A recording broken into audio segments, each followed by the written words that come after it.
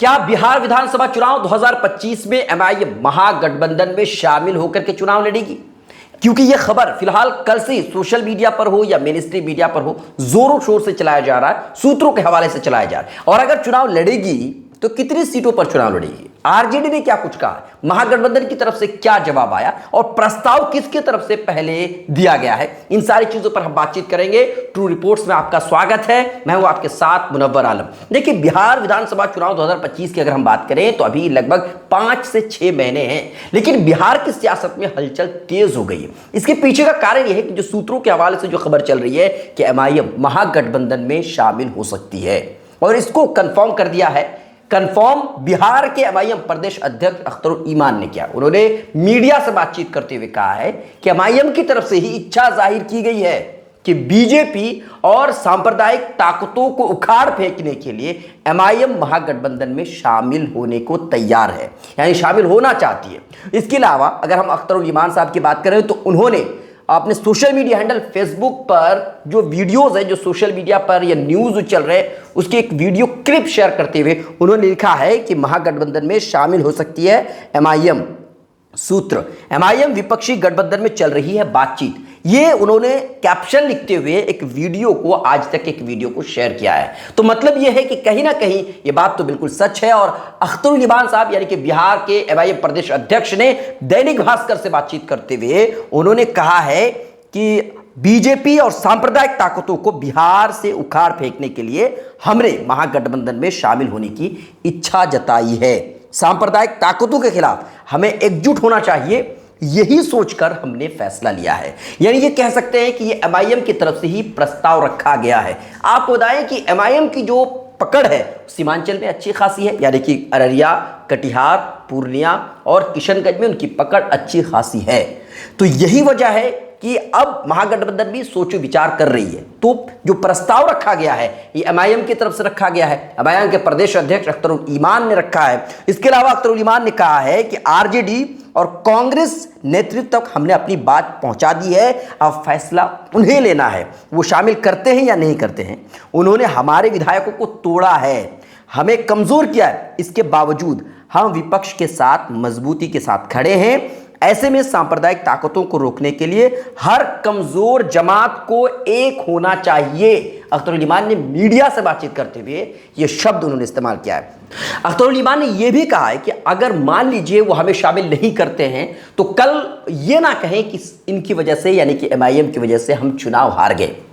ये इच्छा जताई गई है एमआईएम की तरफ से, यानी कि कह लीजिए कि जो प्रस्ताव रखा गया है या जो पहल की गई है वो एमआईएम की तरफ से की गई है। अब सूत्रों के हवाले से बात पता चल रही है कि एमआईएम जो है 20 से 25 सीटों पर चुनाव लड़ना चाहती है, जबकि आरजेडी की तरफ से सिर्फ और सिर्फ 8 से 10 सीटें दी जाने की बात कही गई है। यानी कि अगर गठबंधन में शामिल एमआईएम हो भी जाती है तो एमआईएम को 8 से 10 सीटें आरजेडी देने को तैयार है, लेकिन एमआईएम जो है लगभग 20 से 25 सीटों पर चुनाव लड़ना चाहती है। लेकिन ये तो वक्त बताएगा। अगर शामिल होती है एमआईएम महागठबंधन में तो जाहिर सी बात है दोनों तरफ के लोग बैठेंगे, शीर्ष नेतृत्व बैठेगी और उसके बाद सीट को लेकर के, सीट के बंटवारे को लेकर के बातचीत होगी। अभी कुछ कहा नहीं जा सकता है। देखिए, अगर एमआईएम शामिल भी होती है तो एमआईएम एक अलग डिमांड रखेगी, वो 20 से 25 सीटों पर चुनाव लड़ना चाहेगी, या यूं कह लीजिए कुछ 40 सीटों पर चुनाव लड़ना चाहेगी। लेकिन महागठबंधन में अगर शामिल होगी तो जाहिर सी बात है आरजेडी कांग्रेस की बातों को मानना होगा और उसके बाद ही कुछ फैसला किया जा सकता है। अगर 8 से 10 सीटें अगर एमआईएम को मिलती है तो भी बहुत बड़ी बात है, क्योंकि अगर हम 2015 की बात करें तो एमआईएम की जो सूरत हाल थी वो बहुत ही खस्ता हाल थी और एमआईएम 2015 में 0 सीट उनके खाते में आई थी। लेकिन अगर हम 2020 की बात करें तो 2020 में एमआईएम ने 5 सीटों पर जीत दर्ज की थी, लेकिन उसके बाद 4 जो विधायक हैं वो आरजेडी में शामिल हो गए। तो ऑब्वियसली बात है एक तरह से एमआईएम को बहुत ज्यादा नुकसान हुआ और इस बार जो है ये गलती ना तो एमआईएम करना चाहती है और ना ही ऐसी कोई गलती महागठबंधन करना चाहती है कि जिससे महागठबंधन को एमआईएम की वजह से नुकसान पहुंचे।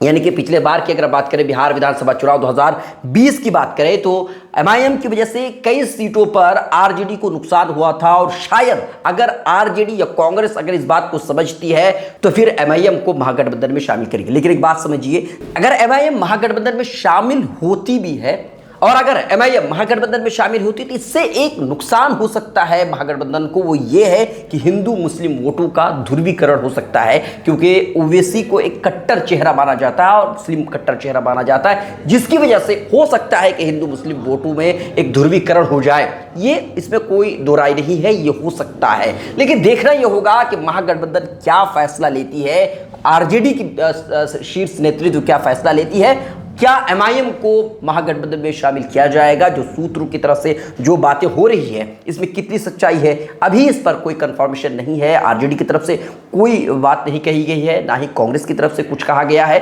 अभी तक कोई ऐसी खबर उनकी तरफ से यानी महागठबंधन की तरफ से नहीं आई है।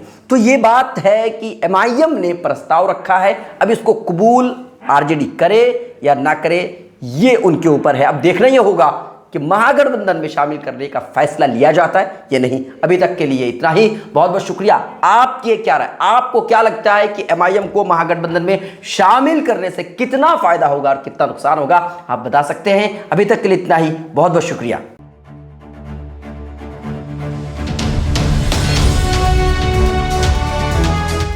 ट्रू रिपोर्ट्स, सच आप तक।